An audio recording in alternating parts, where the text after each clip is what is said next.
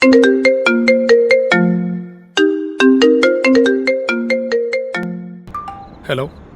ഞാൻ രാവിലെ മുതൽ നിന്നെ കോൺടാക്ട് ചെയ്യാൻ ശ്രമിക്കുന്ന, നീ എന്തിനാ ഈ ഫോൺ സ്വിച്ച് ഓഫ് ചെയ്ത് വയ്ക്കുന്നത്? എടാ, അത് ക്ലയൻറ്റുമായിട്ടൊരു മീറ്റിങ്ങിലായിരുന്നു. ഇപ്പോഴാണ് ഫ്രീ ആയത്. നീ ഇന്ന് പോലീസ് സ്റ്റേഷൻ വല്ലതും പോയിരുന്നു? നിനക്ക് നാണുണ്ടോടാ? ആ എസ് എൻ്റെ ഫ്രണ്ടാണ്. മോളും മിസ്സിങ് എന്ന പരാതിയുമായി നീ വീണ്ടും സ്റ്റേഷനിൽ ചെന്നിരുന്ന നാളെ എന്നെ വിളിച്ച് പറഞ്ഞു. ഇതിപ്പോൾ എത്രാം തവണയാടാ അവൾ ആ കുഞ്ഞിനെയും കൊണ്ട് വീട് വിട്ടിറങ്ങുന്നത്? എൻ്റെ പൊന്നു മോനെ, ഫാമിലിക്കായിട്ട് കുറച്ച് സമയം മാറ്റി വയ്ക്കാൻ കഴിഞ്ഞില്ലെങ്കിലേ ഇതുപോലെ ഇടയ്ക്ക് പോലീസിൻ്റെ സഹായം തേടേണ്ടി വരും സ്വന്തം ഭാര്യേനെയും കുഞ്ഞിനെയും കണ്ടെത്താൻ. ഞാൻ ഈ വിഷയം നിന്നോട് പലതവണ ഡിസ്കസ് ചെയ്തിട്ടുള്ളതാണ്. അന്നൊക്കെ കമ്പനിയിലെ വർക്ക് പ്രഷർ, എക്സ്പോർട്ടിങ് ഇമ്പോർട്ടിങ് അവൻ്റെ. ഇവിടെ നീ മാത്രമാണല്ലോ ഈ വർക്ക് പ്രഷർ അനുഭവിക്കുന്നത്. എനിക്കുണ്ടോ ഈ പറഞ്ഞതൊക്കെ? എൻ്റെ കുഞ്ഞിൻ്റെയും വൈഫിൻ്റെയും ഒപ്പം കുറച്ച് ടൈം സ്പെൻഡ് ചെയ്യുമ്പോഴാണ് ഇതെല്ലാം ഞാനും മറക്കുന്നത്. നീ ഇതുവരെയെങ്കിലും നീ നിന്റെ മോളെ ഒന്ന് കെട്ടിപ്പിടിച്ചിടന്ന് ഉറങ്ങിയിട്ടുണ്ടോടാ?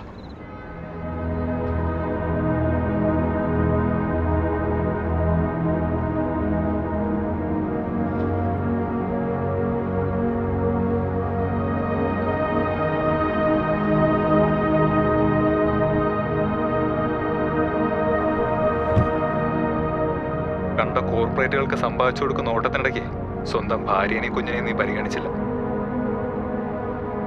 പരിഗണനയില്ലാത്തടത്തൊരു പെണ്ണെ നിൽക്കാൻ കഴിയില്ലടാ. വേണ്ടടാ, ഇതിന് വിശദീകരണത്തിന്റെ ആവശ്യമൊന്നുമില്ല. ഈ സ്നേഹം ഉള്ളിൽ കൊണ്ട് നടക്കാനുള്ളതല്ല, കുറച്ചൊക്കെ അത് പ്രകടിപ്പിക്കാൻ അറിഞ്ഞിരിക്കണം. പൈസയല്ലടാ ഒരു പെണ്ണിന് ആവശ്യം. അവളെ മനസ്സിലാക്കുകയും അവളെ തിരിച്ച് സ്നേഹിക്കുകയും ചെയ്യുന്നൊരു പുരുഷനെയാണ് ഏതൊരു പെണ്ണും ആഗ്രഹിക്കുന്നത്. ജീവിക്കുന്നതിനോടുള്ള സ്നേഹം നീ ഇതുവരെ തിരിച്ചറിഞ്ഞിട്ടില്ല.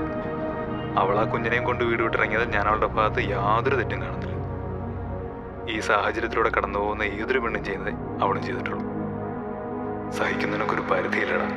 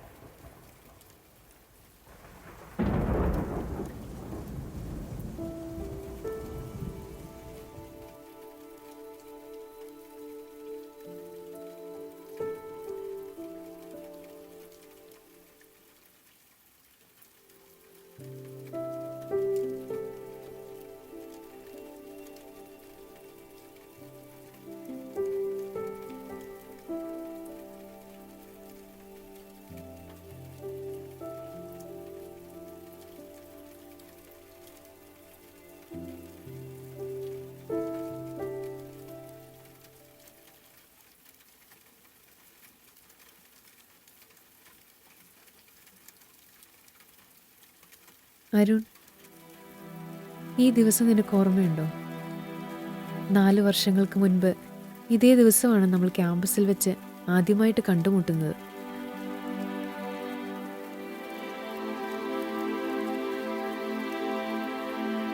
അന്ന് കൾച്ചറൽസിന് നമ്മൾ ഒന്നിച്ചു പാടിയ പാട്ടുകളൊക്കെ, അതൊക്കെ നീ ഓർക്കുന്നുണ്ടോ അരുൺ? എല്ലാം ഇന്നലെ കഴിഞ്ഞതുപോലെ.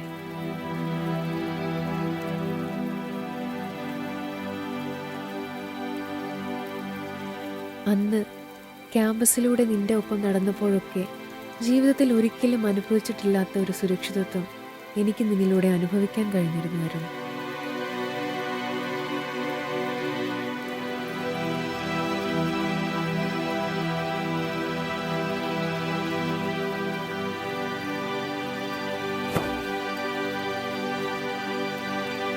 എൻ്റെ പേരൻസിൽ നിന്നും എനിക്ക് ലഭിക്കാതെ പോയ സ്നേഹവും കരുതലുമൊക്കെ ഞാൻ അനുഭവിച്ചത് നീ എൻ്റെ ലൈഫിലേക്ക് വന്നതിന് ശേഷം മാത്രമായിരുന്നു.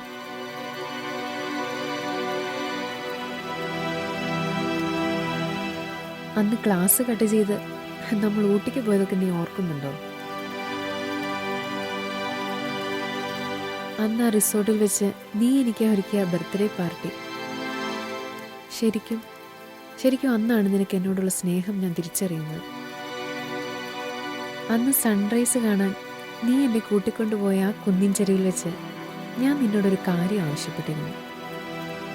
ഇന്ന് എനിക്കായി നീ കണ്ടെത്തുന്ന ഇതേ സമയം നമ്മുടെ മാരേജിന് ശേഷവും നീ കണ്ടെത്തുമോ എന്ന്. അന്ന് നീ തന്ന പ്രോമിസിൻ്റെ പുറത്താണ് നമ്മുടെ ജേണി സ്റ്റാർട്ടാവുന്നത്. നമ്മുടെ മാരേജിന് ശേഷവും നീ ഇങ്ങനെ തന്നെ ആയിരിക്കണം അരുൺ. നമുക്കൊരു കുഞ്ഞു പിറന്നാലും നമുക്കിടയിലെ പ്രണയം ഒരിക്കലും നഷ്ടപ്പെടാൻ പാടില്ല.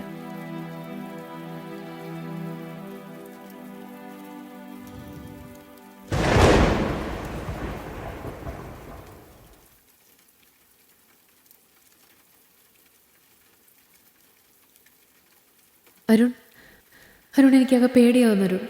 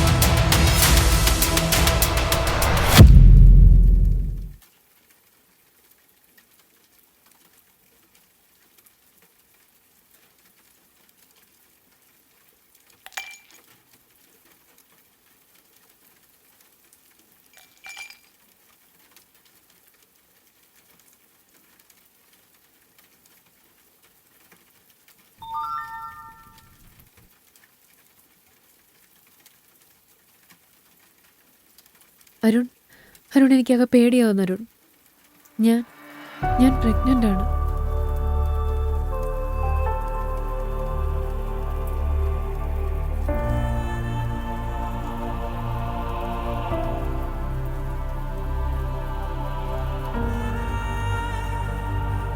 അരുൺ, എൻ്റെ ഷിവറിങ് ഇതുവരെ മാറിയിട്ടില്ല.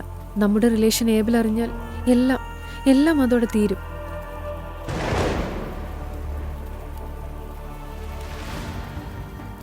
ചെക്കപ്പ് കഴിഞ്ഞു അരുൺ. അച്ഛനാവാൻ പോകുന്നതിൻ്റെ വലിയ സന്തോഷത്തിലാണ് ഏബിൾ. നീ പേടിക്കണ്ട, എല്ലാം ഞാൻ ഹാൻഡിൽ ചെയ്തോളാം. എൻ്റെ വയറ്റിൽ വളരുന്നത് ഏബിളിൻ്റെ കുഞ്ഞല്ല എന്ന സത്യം ഏബിൾ ഒരിക്കലും അറിയാൻ പോകുന്നില്ല. ഇതെൻ്റെ വാക്കാണ്.